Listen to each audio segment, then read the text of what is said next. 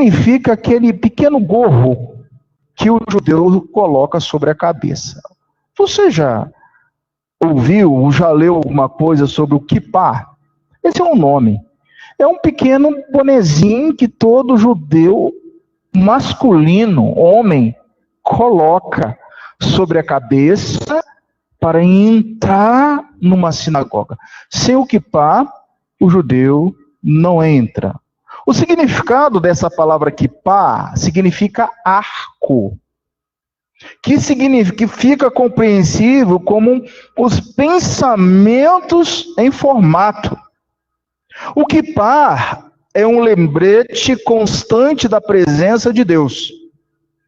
Relembra o homem que existe alguém acima dele, de que há alguém maior do que ele, que está acompanhando aonde ele está, em todos os lugares.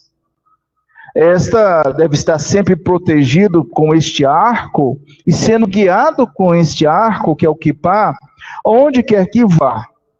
O judeu estará sempre acompanhado de Deus. Esse é o significado do kippá.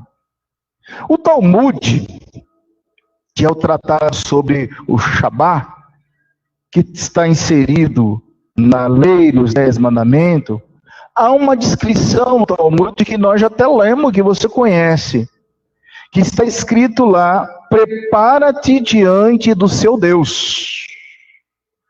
Então, esse costume judaico, desde os primórdios, traz a lembrança do homem que manter a sua cabeça coberta em todo o tempo demonstra humildade perante Deus.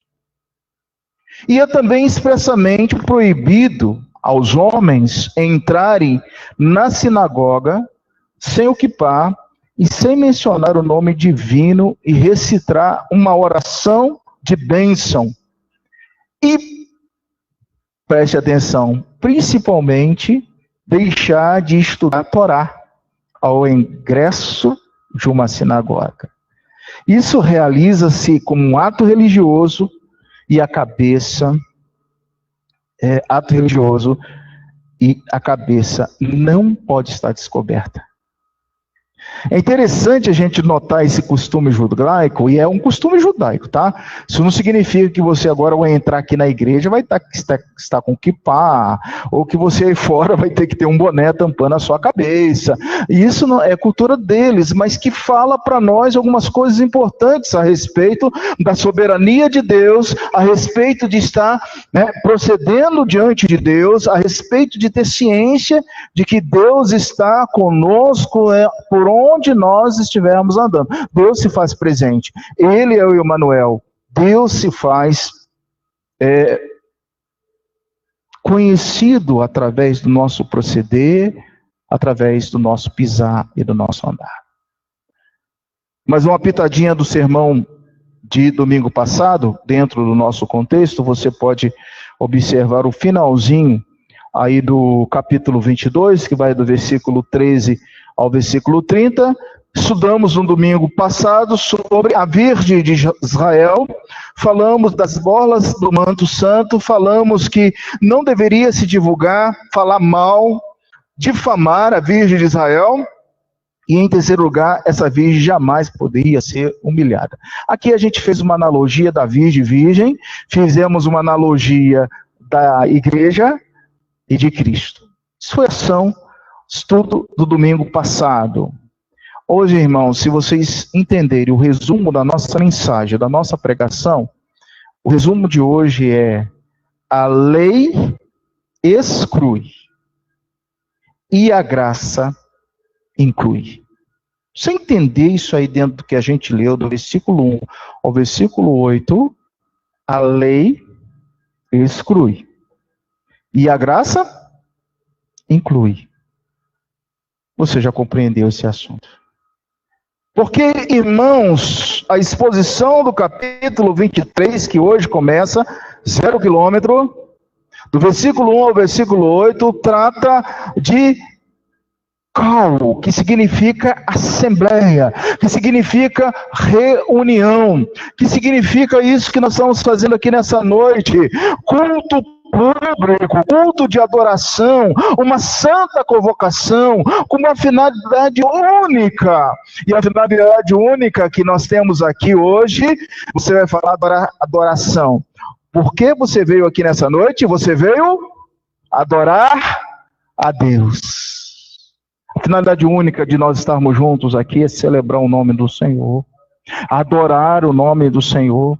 Irmãos, pensar que a lei excluía pessoas, descendências, nações, e agora toda língua, todos os povos, todas as pessoas são incluídas na Santa Assembleia. É coisa maravilhosa. Mas em sua assembleia naquele período, a comunidade religiosa oficializava por vários ritos. Especialmente havia a adoração. E como nós estamos trabalhando esse aspecto de adoração hoje, eu convido você a ler alguns textos aqui em Deuteronômio. Abra sua Bíblia em Deuteronômio capítulo 4, versículo 10. Vamos retornar um pouquinho, já estamos bem longe desse capítulo. Capítulo 4, versículo de número 10 de Deuteronômio, falando sobre adoração. Não te esqueças do dia em que estiveres perante o Senhor teu Deus em Horebe, quando o Senhor me disser, reúna este povo, olha aí a assembleia, o aspecto da assembleia, e os fareis ouvir as minhas palavras, pregação da palavra de Deus, a fim de que aprenda a temer todos os dias que na terra viver, e as ensinarás aos seus filhos. Ó, como é bom estar na casa do Senhor. Ó, como é bom estar na presença do Senhor. Alegrei-me quando me disseram, vamos à casa do Senhor. Adoração. Ande para o capítulo 9, versículo 10. Capítulo 9, versículo 10. Deu-me o Senhor as 2 tábuas de pedra, escrita com o dedo de Deus, e nelas estavam todas as palavras segundo o Senhor havia falado conosco no monte, no meio do fogo, estando reunido todo o povo, a assembleia, o congregamento de todas as famílias, de todo o povo. Meu irmão, não havia dia mais importante para uma família puritana do século XVI, do século XVII, do que o domingo. O domingo é o dia mais importante para você e para mim. Ele é importante por quê? Porque é o primeiro dia da semana. Ele é importante porque não é só o primeiro dia da semana, é o dia do Senhor. Se você quer que o segundo dia, segunda-feira, seja abençoada, venha para a casa do Senhor, esteja na assembleia, esteja na igreja, esteja celebrando ao Senhor, reunida ao Senhor, porque a lei excluía, e a graça, ela incluía. Então, se a lei exclui, a graça inclui. E nós somos povo da aliança da graça. Ó, como é bom saber disso. Quer mais um texto? Capítulo 10, versículo 4, bem pertinho. Então escreveu o Senhor nas tábuas, segundo a primeira escritura, os 10 mandamentos que ele vos falara no dia da congregação, no monte, no meio do fogo, e o Senhor deu a mim. Então reúna o povo, leia as tábuas, leia a Bíblia, leia a palavra do Senhor. E no capítulo 18, versículo 16, falando da assembleia, da adoração, do ajuntamento, 18, 16, diz assim, segundo tudo o que pediste ao Senhor, teu Deus, em Horebe, quando reunido o povo, não ouvireis mais a voz do Senhor, meu Deus, nem mais vereis este grande fogo, para que não morra. E aí a teofania agora, demonstração da presença de Deus, ela vai ser através da revelação especial do ajuntamento da presença. Olha como é bom ter vocês aqui nesta noite. Como é bom ter a nossa igreja em funcionamento.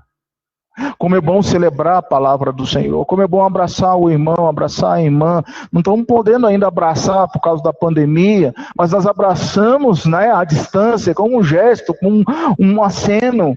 É bom vê-lo aqui.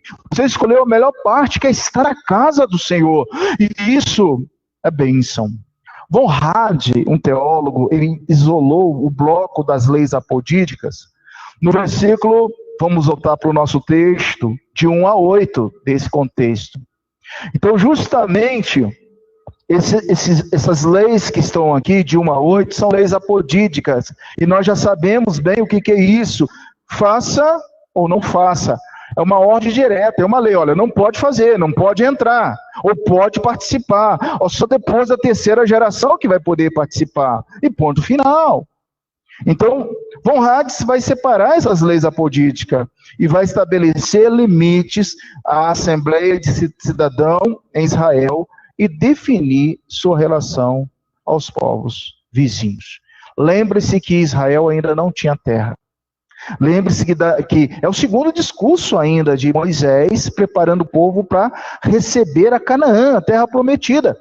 Mas daqui a pouco eles teriam terras, teriam a igreja para adorar o Senhor, e teriam muitas nações ao redor deles, e eles não poderiam copiar as práticas daquelas pessoas que estavam lá. Então, em primeiro lugar, queridos, na Assembleia do Senhor, não entrarão dois tipos de pessoas. Nós queremos tratar em primeiro lugar, um primeiro assunto, não entrarão dois tipos de pessoas. Veja o versículo 1 e o versículo 2. O primeiro tipo de pessoas que não entrariam na Assembleia do Senhor, que seria excluída pela lei, seria os eunucos. E, em segundo lugar, os bastardos. O verso 1, o homem que tivesse seus órgãos reprodutores mutilados, isto é, o eunuco, seriam excluídos por serem contaminados.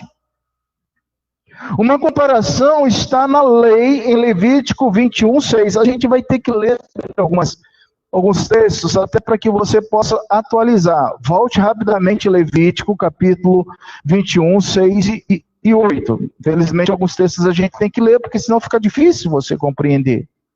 Olha o que a lei expõe para nós. Capítulo 21, versículo 6, diz assim: santos serão ao seu Deus e não profanarão o nome do seu Deus, porque oferece as ofertas queimadas do Senhor ao pão do seu Deus, portanto serão certos. Não tomarão mulher prostituta ou de desonra, nem tomarão mulher repudiada do seu marido, pois o sacerdote é santo ao Senhor teu Deus.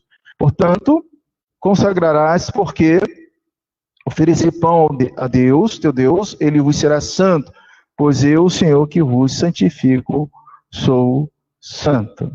Então veja aqui essa questão de critério da admissão e de exclusão de uma pessoa que poderia contaminar o culto, ou uma pessoa que poderia ser excluído do caráter religioso. Esse bloco aqui, em harmonia com Deuteronômio, capítulo 14, versículo 1.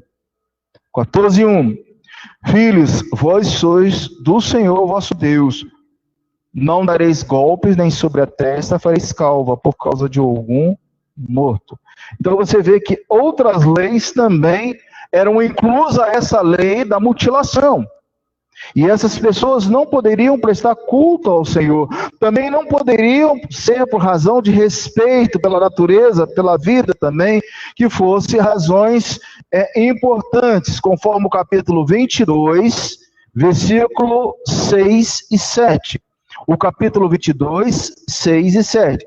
Se de caminho encontrarem algum ninho de ave, a gente leu, a gente passou por isso aí, sobre esta questão de importância de tratamento, e o 7 diz, deixará livremente a mãe os filhotes, como nós estudamos bem recentemente, processo da natureza biológica. Essas pessoas deveriam ter realmente uma grande análise e observação em relação a isso. Então, por que o eunuco eram proibidos? Se você voltar lá no texto que lemos Volte lá, por favor, em Levítico, está bem pertinho de você. Agora você vai descer os seus olhos para o versículo 17. Você vai entender alguma coisa aqui da proibição. Então, Levítico 21, 17 a 20. Fala Arão dizendo: ninguém dos teus descendentes, nas suas gerações em que houver algum defeito, se chegará para oferecer o pão ao seu Deus. A palavra defeito.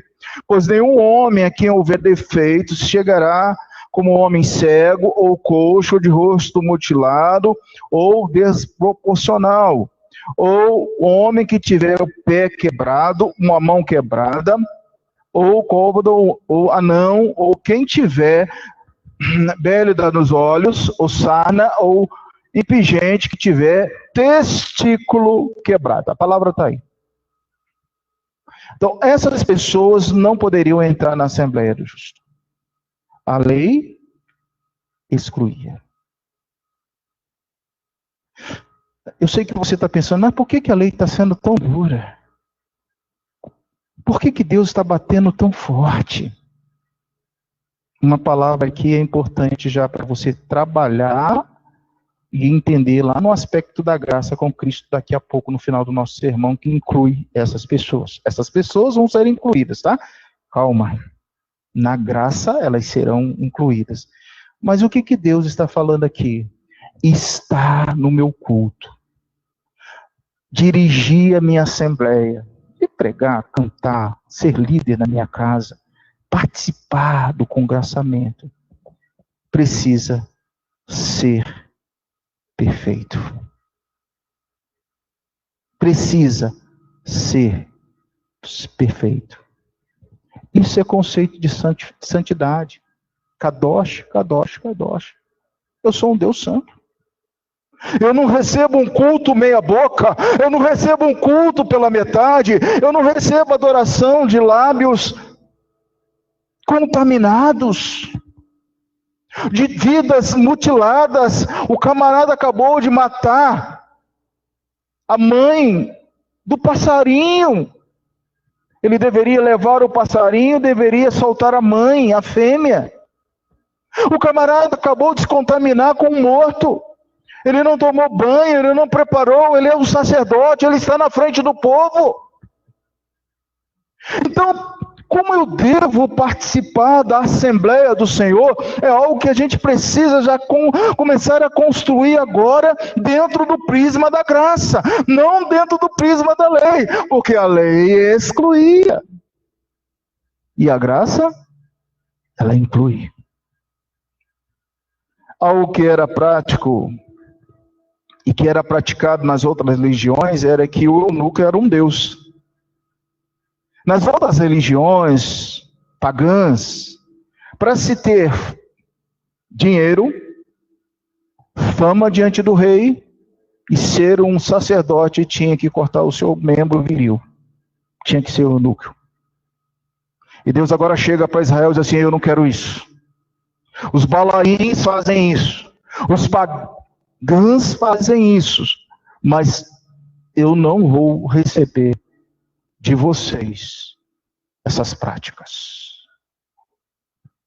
Algo que as outras religiões faziam. E Yahvé rejeita os eunucos temporário, porque eles não poderiam servir com integridade ao Senhor.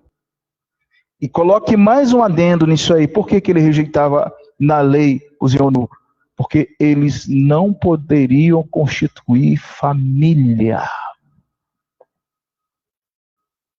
Constituir família é uma coisa muito importante.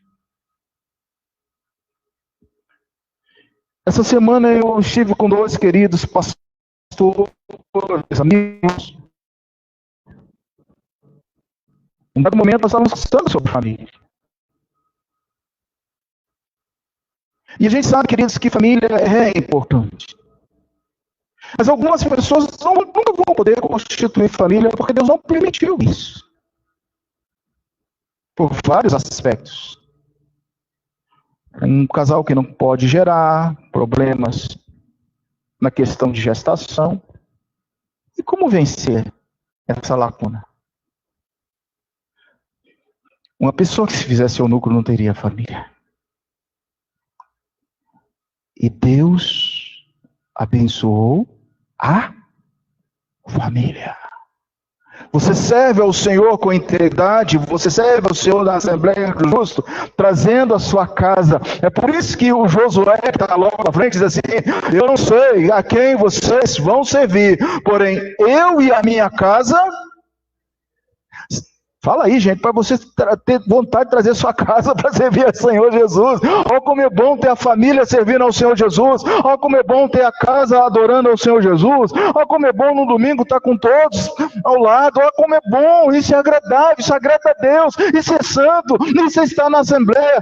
Eu e a minha casa, eu e o meu lar, eu e a minha família servimos ao Senhor. E está inserido dentro desse primeiro pressuposto aí. Porque a gente vai para o segundo, que é excluído, que é o bastardo. O eunuco não poderia servir ao Senhor por causa disso. E o bastardo? Menes em hebraico também está excluído, o bastardo. Em linguagem típica do Oriente Próximo e antiga, tal exclusão era estendida à 10ª geração de seus descendentes. Viu a palavra 10ª aí? Significa indeterminado. Não ia nunca ser incluído, indefinido. O número 10 tem uma conotação de perfeição, de consumado eternamente, plenamente, até 10ª geração. Ele não entraria mesmo.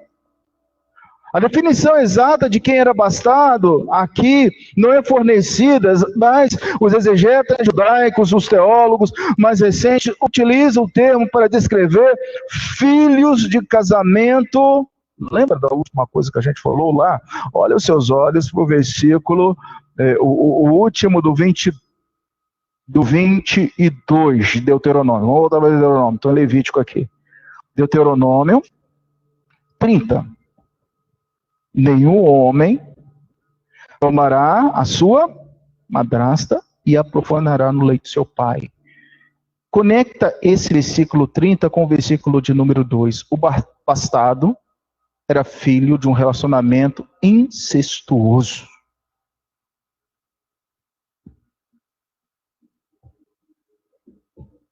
O que vem à sua cabeça? O casamento incestuoso entre os judeus era proibido, ao passo que outros ligavam o bastardo aos filhos de casamentos mistos dos israelitas, com os filisteus. Zacarias 9,6, a gente não vai ler porque a gente não tem tempo. Amonitas, ou moabitas, lá em Neemias 13:23, quando fecha o livro de Neemias, há uma cena dramática. Eu queria ver se você teria coragem de praticar aquilo que está lá em Neemias. Uma hora a gente fala sobre isso. Quem sabe um dia a gente vai expor Neemias aqui. Mas despedir as suas esposas, os seus filhos, por causa da lei, vai embora, acabou o casamento, acabou o relacionamento, não pode voltar. E ali o povo ia chorando, muita dor, muitos filhos, casamentos desfeitos. Assim, querido, nosso primeiro tópico aqui, não entrarão 2 tipos de pessoas, traz o princípio dos bastardos e dos eunucos que feriam cabalmente a lei de Deus. Segundo ponto, não entrariam 2 tipos de descendentes. Versículo 3 e 6. Lê aí com seus olhos. O versículo 3 traz a hostilidade contra Moabe e Amon, que era tradicional em Israel. Essa história está lá em Gênesis 19, 30 a 38, em casa você pode ler.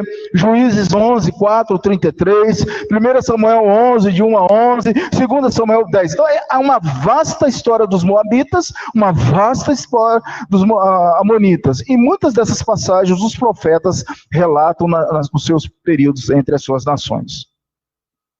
Hostilidade contra esse povo. Versículo 4 e 6 agora, esses versículos não de estilo legal, mas se encontram entremeados nessa antiga lei séria apodítica para explicar a razão da exclusão de Amon e Moabe. Eles vão remontar então o tempo de peregrinação no deserto, quando além de recusar a passagem de Israel, Moabe, pasme, aluga Balaão para amaldiçoar Israel. É tipo assim, eu não quero ajudar um servo do Senhor, eu não quero ajudar uma filha do Senhor e ainda vou amaldiçoar aquele infeliz para morrer logo.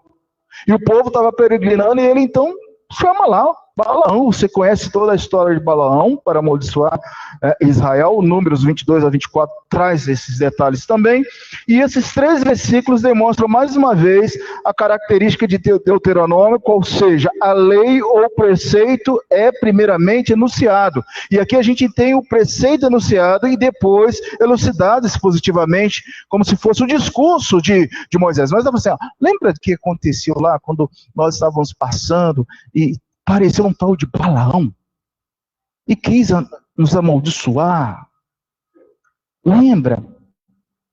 Então, o que traz aqui à mente, além de serem executadas, excluídas da congregação, Israel era proibido durante toda a sua existência de fazer qualquer coisa de bem, ou as duas nações manterem shalom, paz, ou para o seu benefício, tobar. Há uma expressão do hebreu, nem é mais do judeu, do hebreu, que era tobar. As novelas aí da Record usam muito esse tema, tobar, tudo é tobar. O que eles querem falar com tobar? Prosperidade. Prosperidade. Israel é exortado aqui na segunda pessoa do singular e ele é proibido. Mas os moabitas estão dentro da história de Gênesis capítulo 19. Amon e Moabe, anotem aí, foram frutos de relações incestuosas. Mais uma vez. A posteridade de Ló foi cortada até a 10ª descendência, dando uma ideia permanente para sempre. A descendência de Ló não entra, o que ia marcar a falta de cumprimento aos desígnios de Deus, de respeito à lei. Esses dois eram frutos incestuosos. E também, o que marca esse contexto é algo que nós cristãos precisamos aprender, queridos, que está dentro desse contexto revelado aqui. Eles não seriam recebidos por falta de hospitalidade. Irmãos,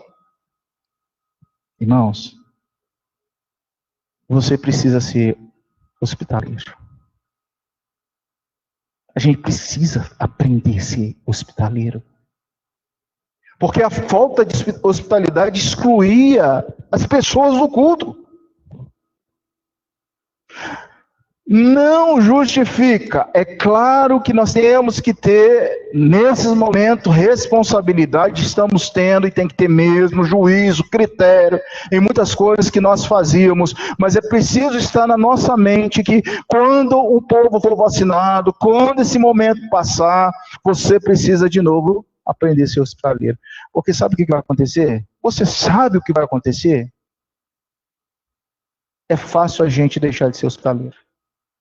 De não convidar ninguém para ir na nossa casa, de não ter mais o culto pequeno grupo na nossa casa, de não receber as pessoas na nossa casa.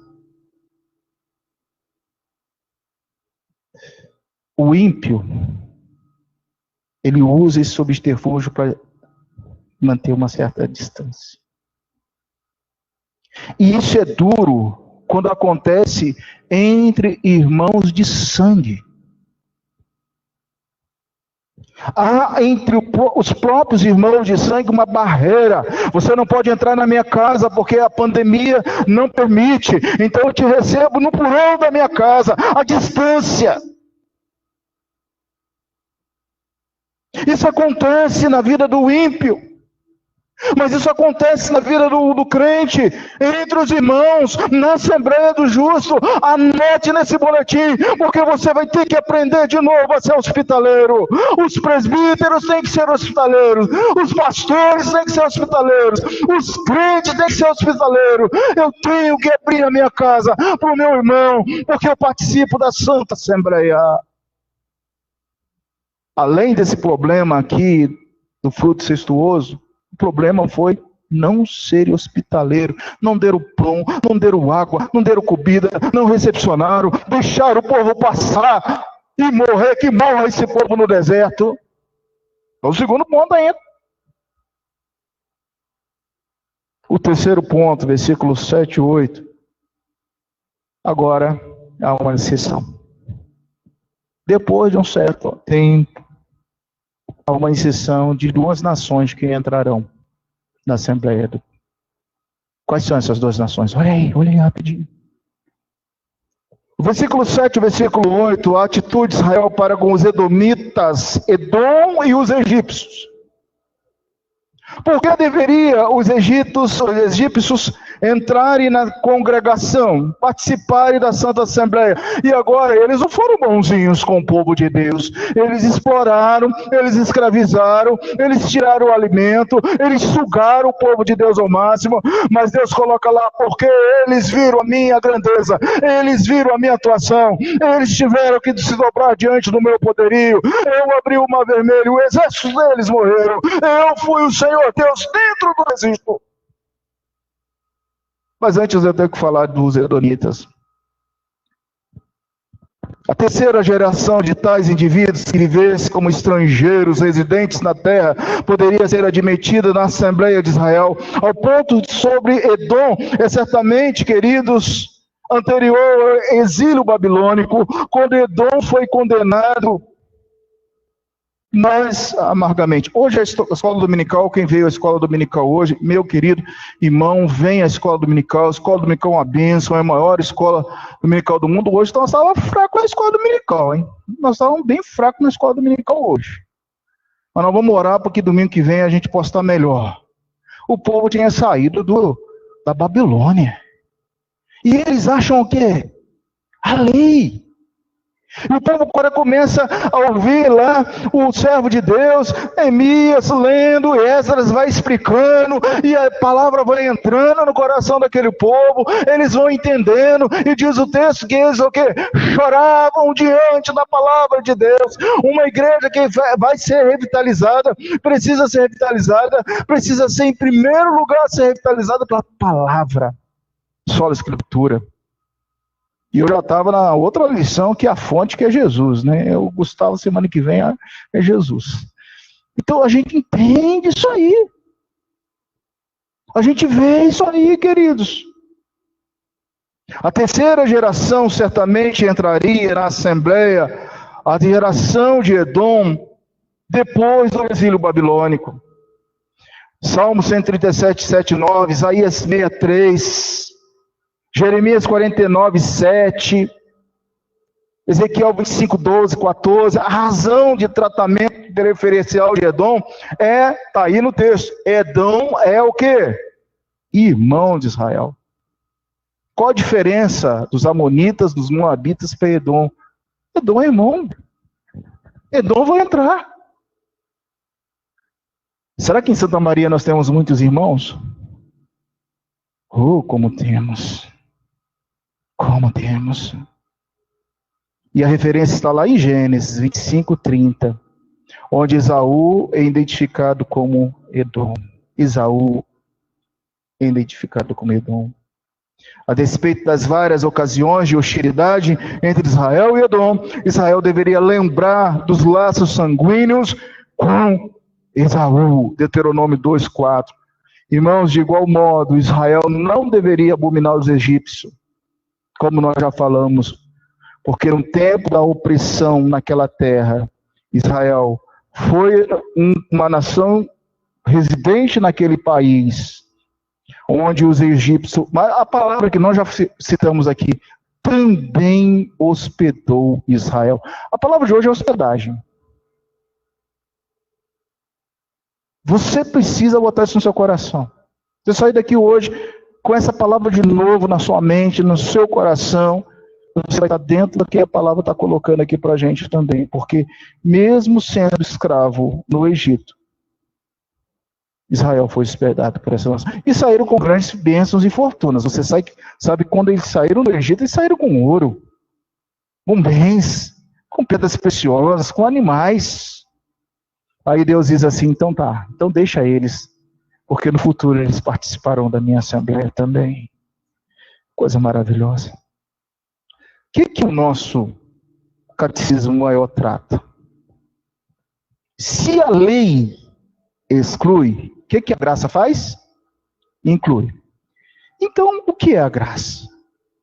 Qual o efeito do pacto da graça na vida atual nossa? Depois que Jesus veio, depois que Jesus cumpriu a lei, depois que inaugurou-se o período da graça, qual o efeito da graça? Amados, o pacto da graça foi feito com Cristo, com o segundo Adão, e nele com todos os eleitos com suas sementes. Preste atenção, a graça foi um acordo com Cristo. Estamos estudando muito sobre isso, sobre o aspecto redentivo de Cristo. Ele substitui a figura de Adão, o primeiro homem representativo, e agora todos os eleitos. Essa palavra eleitos é importante. E suas sementes estão incluídas na Assembleia do Senhor.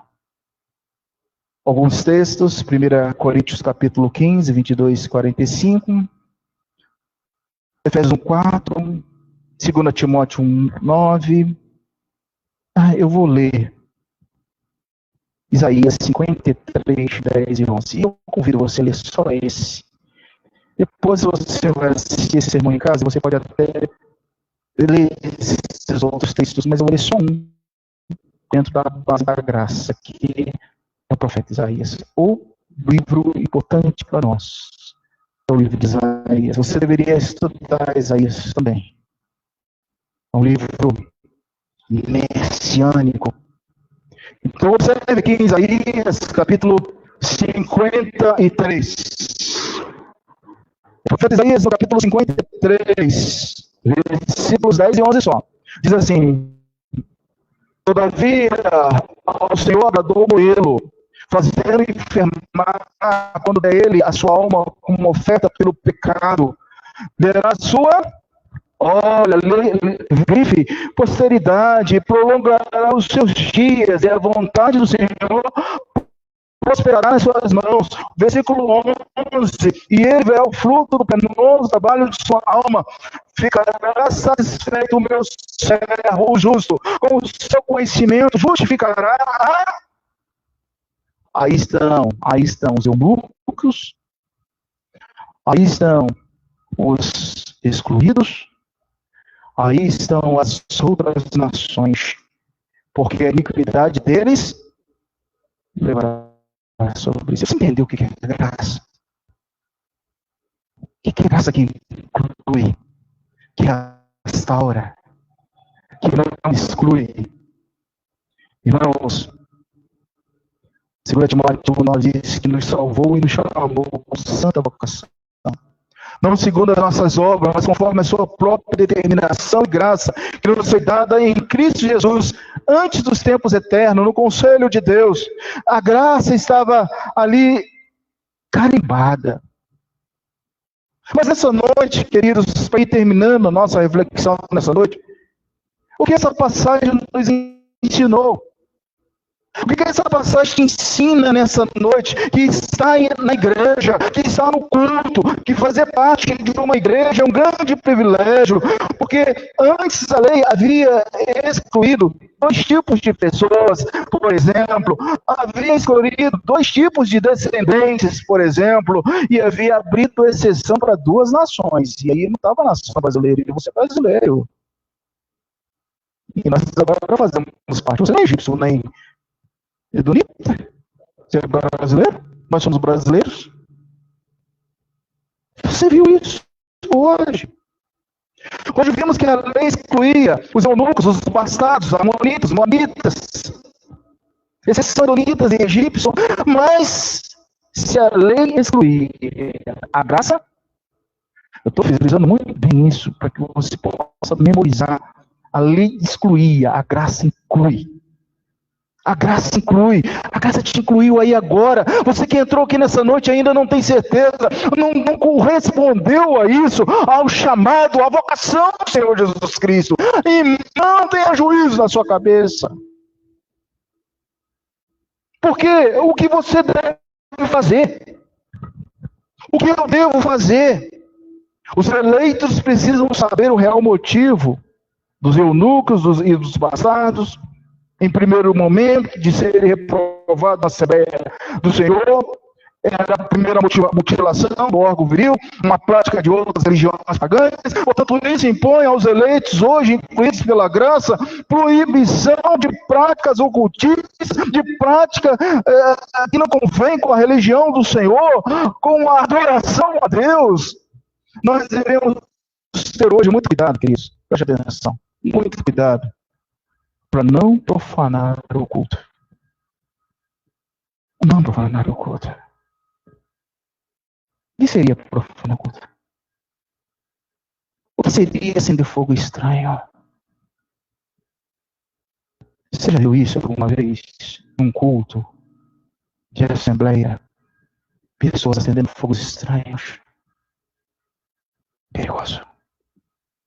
Muito perigoso. O que você deve fazer hoje? Ter cuidado para não profanar o culto. Cuidado para não acender pelo fogo estranho. Segundo, o ingresso dos bastardos representaria uma afronta à santidade pronunciada pelo Senhor ao povo em relação ao casamento. Filhos gerados debaixo de relacionamento incestuoso não deveriam participar. Filhos de frutos contrários aos princípios de Yahvé. Irmãos, está dentro da igreja proceder com santidade. Kadosh, Kadosh, Kadosh. Santo, santo, santo. Ei, tira os pés da sandália, porque o lugar onde você está é santo. Eu acho que eu escrevi isso, não foi? Essa semana teve 2 dias que eu não escrevi. Depois que eu tomei a vacina da Covid, lá eu fiquei meio mole. Mas eu acho que eu escrevi uma coisa, por que a gente entra em alguns lugares e temos que tirar os sapatos? Você sabe, se você for no museu lá em Petrópolis, Quitandinha, em Petrópolis, você não entra calçado. Você tem que tirar o seu sapato, o sapato fica lá de fora. Se você for numa casa japonesa, na cultura japonesa, você não entra com seu sapato.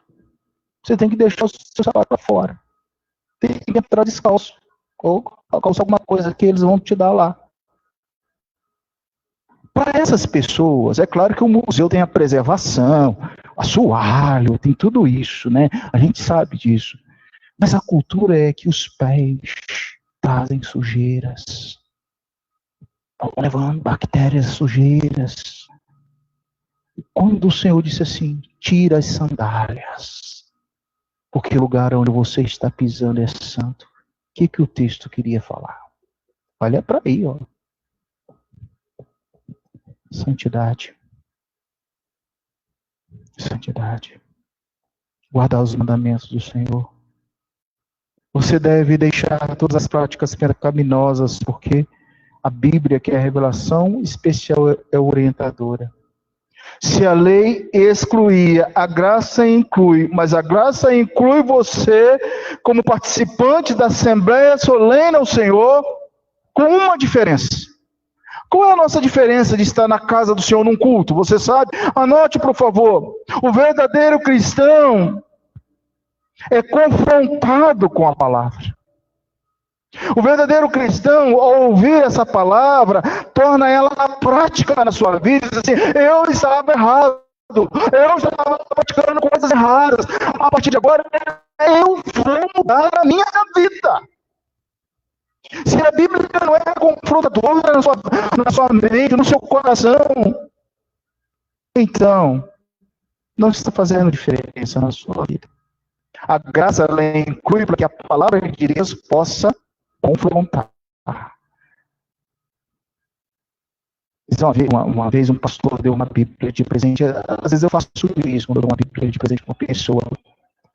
E aí o pastor escreveu naquela Bíblia assim: ou esse livro vai te levar para os céus, ou esse livro vai te tirar dos céus. Porque a Bíblia, que é a palavra de Deus, ela nos confronta. Ou ela nos inclui no reino de Deus, ou ela vai nos excluir do reino dos céus. Entendeu isso aí? A grandeza. Como eleitos, como eu devo participar do culto? E aí vem algumas sugestões para todos nós. É só sugestões. Como eu devo participar da Assembleia do Senhor, uma vez que agora não há mais excluído? Eu fui incluído, louvado seja Deus. O Brasil foi incluído, os mutilados são incluídos, os coxos são incluídos, os cegos são incluídos. Vende. Quem quer água, venha. Quem tem sede, venha. Quem quer leite, venha. Venha para a presença do Senhor. Agora não há mais exclusão, a graça, a inclusão. Mas como eu devo participar do culto, da assembleia, do ajuntamento? Anote hoje, a palavra do dia hoje foi adoração, então eu quero continuar com essa palavra adoração. Vocês foram para casa pensando sobre aquele negócio lá? Adoração no louvor. Quando é que eu adoro, quando é que eu louvo? Isso foi a nossa discussão do menino aqui hoje. Você veio a essa igreja para, acho que eu falei isso aí hoje, adorar a Deus. Adorar é render-se. Adorar é deixar Deus vir. Adorar é você reconhecer que você é o vermezinho de Jacó. É a gotinha. Adorar. Segundo lugar, vou continuar com a palavra louvar. É importante louvar. Senhor, eu sou cego, eu sou pobre, eu sou pecador, Senhor, mas eu quero ir até o Senhor. Me leva até o trono da graça. Me conduz até os céus. Adorar, louvar. Terceira palavra, essa vocês vão estudar hoje. Diaconia. Alguém sabe o que é diaconia? Serviço. Eu estou no ajuntamento para servir. Servir ao Senhor com alegria. Apresentai-vos diante dele com cântico. Que salmo é esse? Quem sabe o salmo? Salmo 100. Não é isso? Celebrai com júbilo ao Senhor. Salmo 100. Quarto, gratidão. Você pode agradecer a Deus hoje? Irmãos, se é verdade ou não é, a Rede Globo e a imprensa noticiou. Essa semana o Brasil chegou a 500 mil de óbitos. Você sabe o que é isso? Quando seu netinho estiver estudando história, ele vai falar: no tempo do vovô, o meu país perdeu 500 mil de vidas.